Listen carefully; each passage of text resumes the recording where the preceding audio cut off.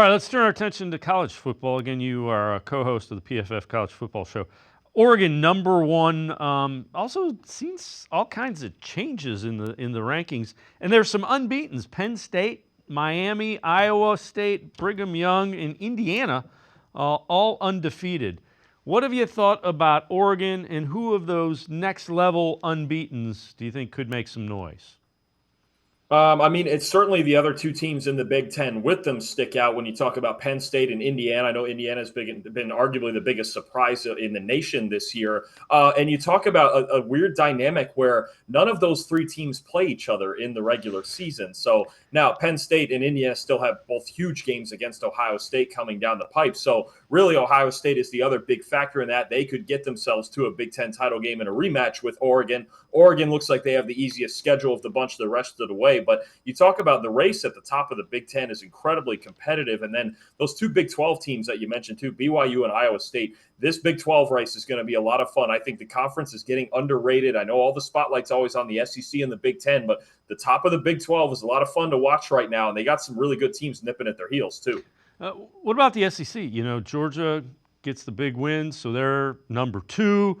Texas falls down a little. Alabama's kind of all over the place. What do you make of the SEC?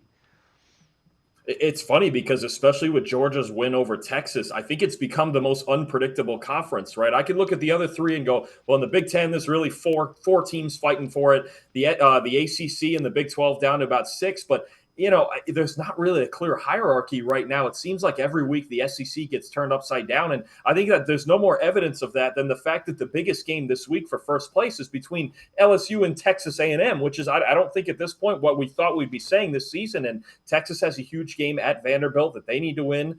Alabama-Missouri game, you just mentioned Missouri's very banged up. That's a win Alabama needs. The SEC right now is actually the hardest to project because there's so much talent and there's so many teams that have suffered a loss maybe that they feel like they shouldn't have already. So it's very hard to project. I will say the win for Georgia over Texas was incredibly impressive. They should feel very good about themselves, but there's still some tough games left to go there. It's very, very foggy right now, and it's going to take the results of a couple of more weeks to really clear it up. Which games are you paying especially close attention to this week, and who do you like in them?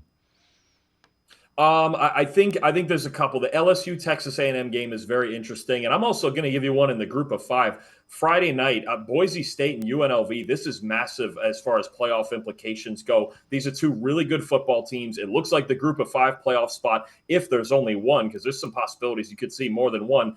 You're talking about two of the best teams in the group of five. Either the winner of the Mountain West or I think the winner of the American is going to wind up with that spot. And Boise's already ranked number 17. Ashton Jeanty might be the Heisman favorite right now with what he's doing at running back. And then the other one I'm going to point out too, actually Saturday at noon, Notre Dame and Navy. I'm going to tell you right now, Navy is a real threat to Notre Dame. That's a really good football team with a more diverse offense than people think. It's not the same old triple option. They still run it, but it's not the same thing they've always run. Notre Dame's got a real problem on their hands in this game. I think it's going to be tight.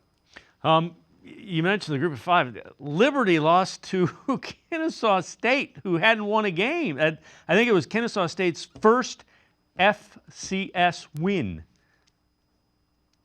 Yeah, it was. And Liberty now with that loss, that pretty much that one loss puts them out of playoff contention. It was going to be hard for them even if they went undefeated because honestly, Conference USA, I would argue, is the weakest conference in the country. And the fact that they have a loss and the fact that they have that loss on their resume, I think Liberty's just about done unless they get a ton of help when it comes to playoff contention because it's a very weak schedule. And now this year they had the big slip up that's going to put them out of it. A lot of Ohio State fans check this out. Who is the biggest challenge that Ohio State is going to have to take care of moving forward to try to get that rematch with Oregon?